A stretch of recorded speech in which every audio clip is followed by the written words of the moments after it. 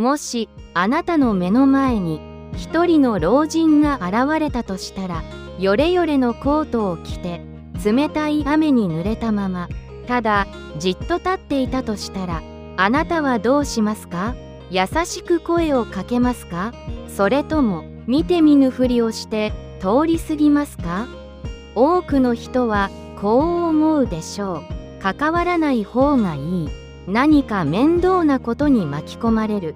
今日お話しするのは、ある68歳の女性の物語です。彼女がその日、その問いに対して自分だけの答えを出した時、止まっていた運命の歯車が静かに、そして力強く動き始めました。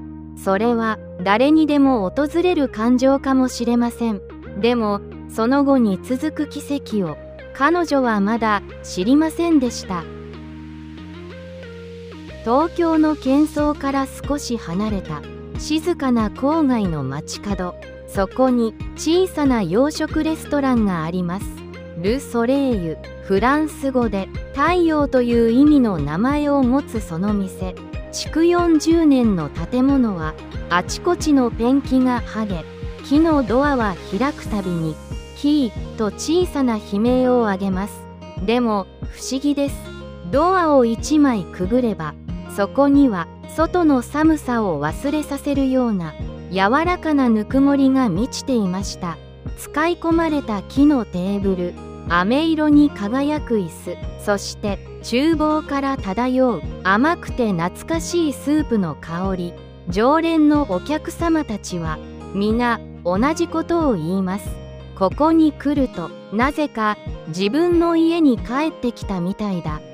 それはこの場所がただの飲食店ではないという何よりの証でした。太陽、その名の通り、ここは誰かの心を温めるために存在していたのです。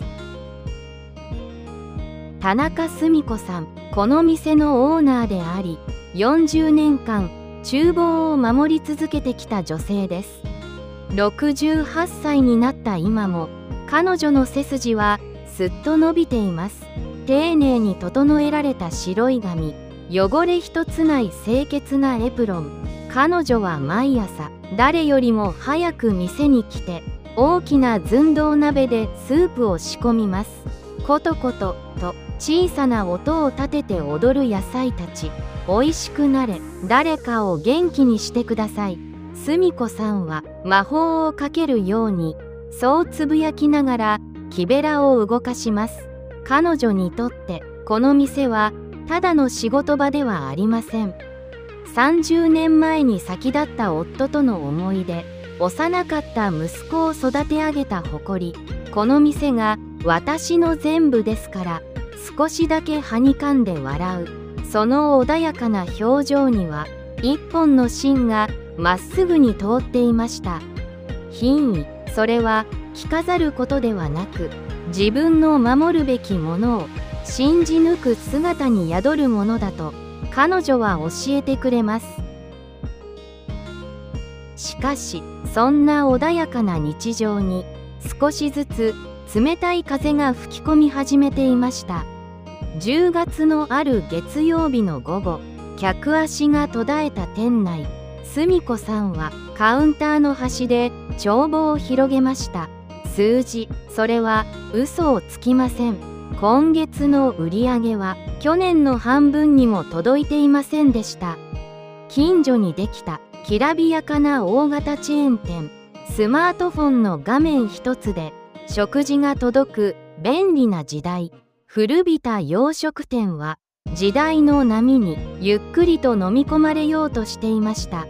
お母さん、もういい加減にしてよ。息子の拓也から届いた冷たいメッセージがスマートフォンの画面で光ります。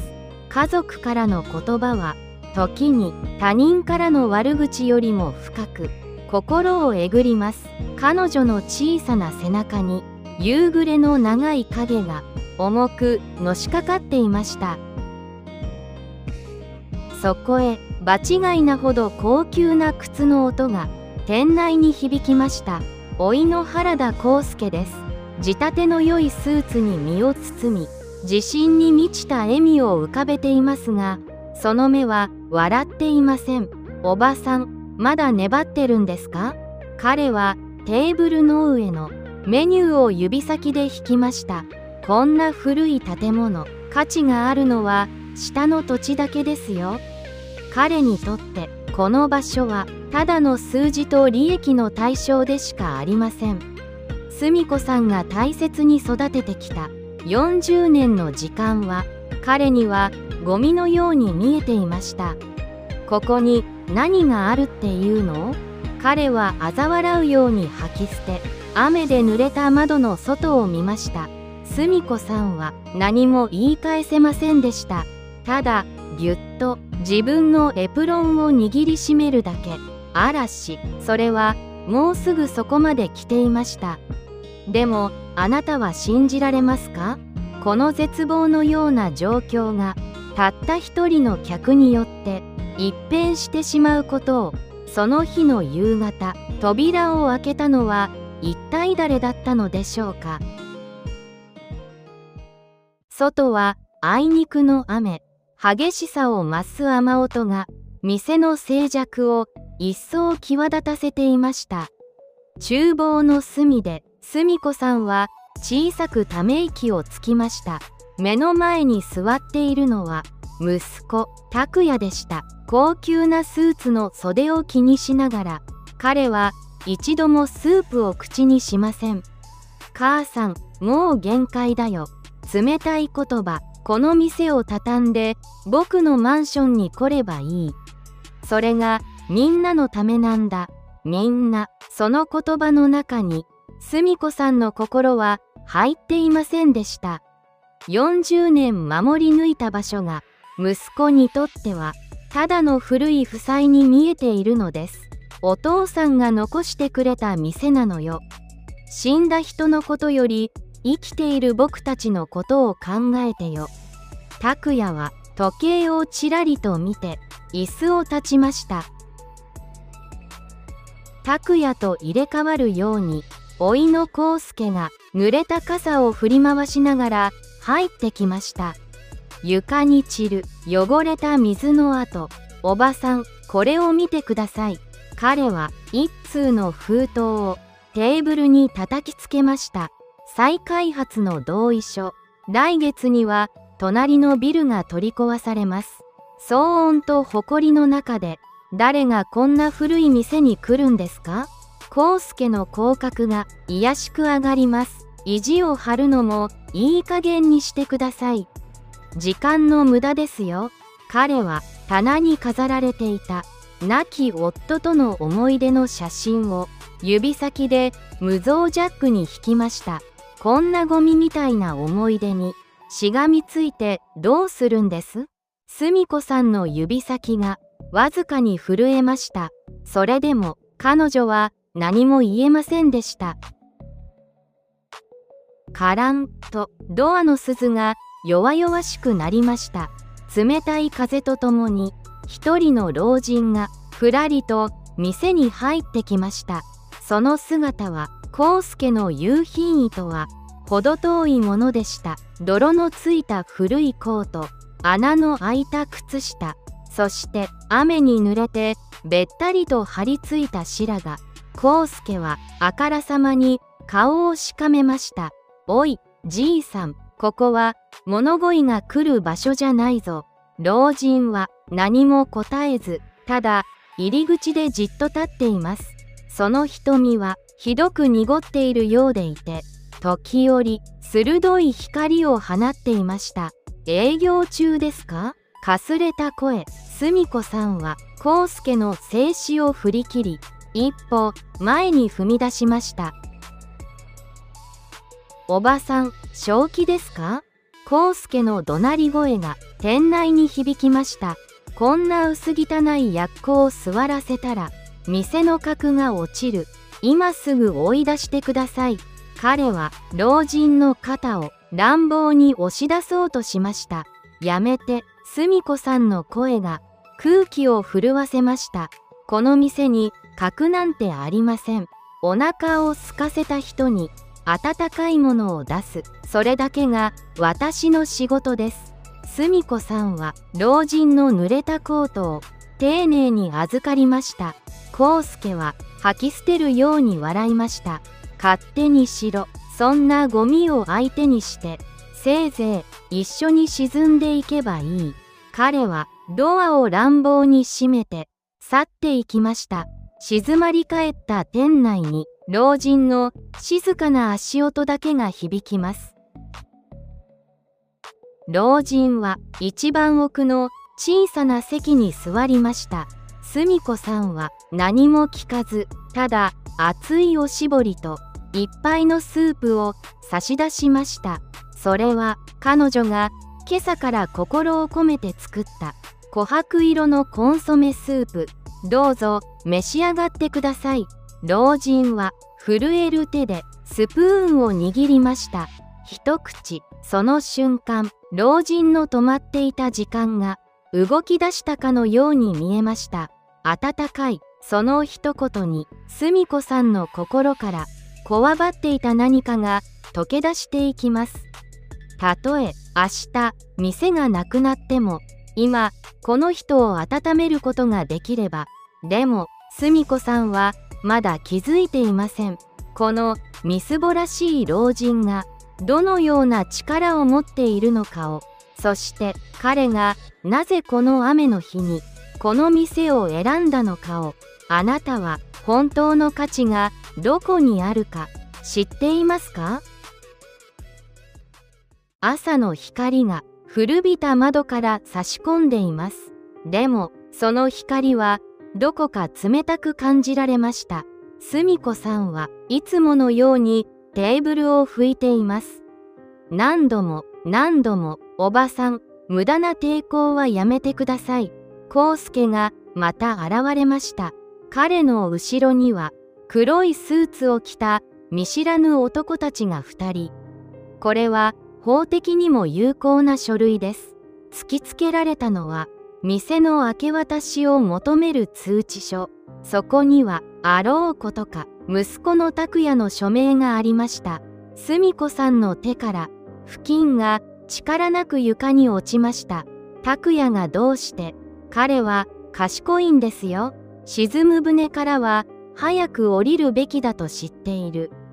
康介の笑い声が静かな店内に汚れた泥のように広がっていきました。康介は店の中を品定めするように歩き回ります。この古い看板も椅子も全部ただのゴミですね。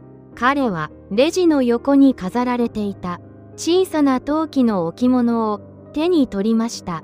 それは夫が開店記念に送ってくれた大切なお守り。やめて、それに触らないで。澄子さんの声は震えていました。こんな安物、今の時代何の価値もありませんよ。パリンと乾いた音が響きました。康介の手から離れた置物が冷たい床で無残に砕け散りました。あ、おっと、手が滑りました。まあ、どのみち捨てるものですから。康介は謝るどころか靴の先でその破片を踏みつけました。震える手で澄子さんは拓也に電話をかけました。呼び出し音がひどく長く重く感じられます。もしもし、母さん？拓也の声は以前よりももっと遠くに感じられました。拓也、どういうことなの？康介さんがあなたの名前の入った書類を。母さん、もういいんだ。あの店にもう未来はないよ。息子の声には少しの迷いもありませんでした。借金をしてまで続ける必要はない。僕が母さんの老後を見てあげるから。私はお金のためにやっているんじゃないの。結局お金だよ。分かってくれよ。僕だって必死なんだ。一方的に切られた電話の音、ツーツーという音が澄子さんの心に深い穴を開けていきました。店の片隅であの老人がじっと座っていました。彼は砕けた陶器の破片と力なく立ち尽くす澄子さんを静かに見つめていました。ひどい雨ですね。老人がぽつりとつぶやきました。外はいつの間にかまた激しい雨が降り始めていました。澄子さんは涙を耐えながら破片を拾い集めます。見苦しいところをお見せしました。老人はゆっくりと立ち上がり、澄子さんの旗に歩み寄りました。彼は自分の古いハンカチを取り出し、澄子さんの手からあふれそうな破片を優しくくるみ込みました。その手は驚くほど大きく、そして温かかったのです。価値を決めるのは他人ではありませんよ、奥さん。老人の瞳にかつてない鋭い光が宿りました。翌日、店にはまた康介がやってきました。今度は大きな閉店の張り紙を持って、今日でおしまいです。さあ、早く荷物をまとめてください。彼は強引に澄子さんの腕をつかみました。話してください。強情ですね。身の程を知るべきだと言ったはずです。その時でした。カランといつもの鈴の音が鋭くなりました。昨日と同じあの老人がそこに立っていました。でも今日の彼はどこか雰囲気が違いました。その手を離しなさい。低く響く声。康介は鼻で笑いながら老いぼれをにらみつけました。また来たのか、この小じきじじい。お前に何ができるって言うんだ？老人は何も言わず、ただ一枚の古い名刺をテーブルの上に置きました。その名刺を見た瞬間、康介の顔から一気に血の気が引いていきました。一体その名刺には何が書かれていたのでしょうか？そしてこの老人の本当の正体とは？名刺がテーブルの上で白く光っています。康介は鼻で笑いながらそれを手に取りました。なんだ、ただの古い紙切れ。絶句。康介の指が目に見えて震え始めました。そこには金箔の縁取りとともに信じられない名前が刻まれていました。桐島誠一、桐島グループ名誉会長。それはこの国の経済を動かし、不動産業界では神様と呼ばれる伝説の男の名前でした。なんでどうしてあなたが？康介の顔からみるみるうちに血の気が引いていきます。先ほどまでの傲慢な態度は跡形もなく消え去っていました。澄子さんはただ呆然とその光景を見つめていました。老人はゆっくりと汚れたコートを脱ぎました。するとその下から現れたのは仕立ての良い上質なシャツでした。背筋が驚くほどまっすぐに伸びていきます。濁っていたはずの瞳は深く鋭い知性をたたえていました。人を外見だけで判断するのは三流のすることですよ、原田さん。静かな、でも重みのある声。あなたはこの店を価値がないと言いましたね。桐島さんは冷たい目で康介を見据えました。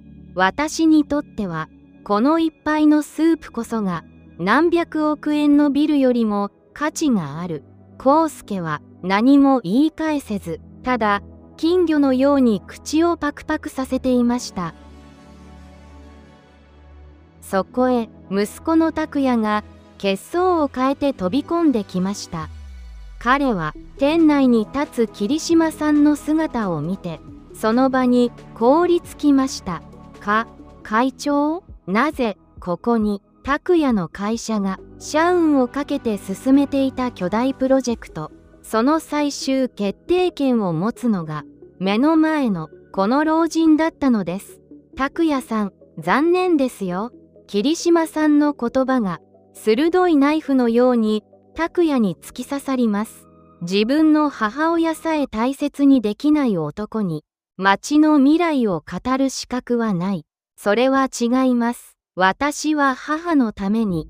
言い訳は見苦しい。桐島さんの一括に、拓也は力なく膝をつきました。彼が手に入れようとした成功は、砂の城のように、音を立てて崩れ去っていきました。桐島さんは、澄子さんの前まで歩み寄りました。そして、深く、丁寧に頭を下げました。田中さん、失礼な真似をして、申し訳ありませんでした。彼は、かつて自分が、この店で救われた日のことを語り始めました。30年前、事業に失敗し、死ぬことさえ考えていた私に、あなたは何も聞かずにスープを出してくれた。澄子さんの記憶の片隅で、小さな灯火がぽっと明かりました。あの時の温かさが、今の私を作ったのです。澄子さんの目から絶えていた涙が一粒頬を伝いました。私はただの料理人ですから。いいえ、あなたは人の命をつなぐ最高の芸術家です。桐島さんは一枚の書類をテーブルに置きました。それはこの建物の買い取りとル・ソレイユの永久保存を約束する契約書でした。この店は私が全力で守らせていただきます。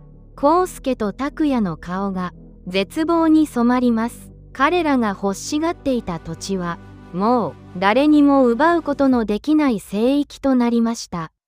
改修費用、そして今後の運営支援、条件は一つだけです。桐島さんは茶目っ気のある笑みを浮かべました。これからもあのスープを私に食べさせてください。澄子さんは涙を拭い、深く深くお辞儀をしました。でも本当の物語はここからが始まりだったのです。澄子さんが最後に守りたかった秘密、あなたはその理由を知りたいと思いませんか？数日後、ル・ソレイユの前に一台の高級車が止まりました。降りてきたのは以前の傲慢さを失い、青ざめた顔の康介でした。おばさんお願いです。桐島会長に一言だけ。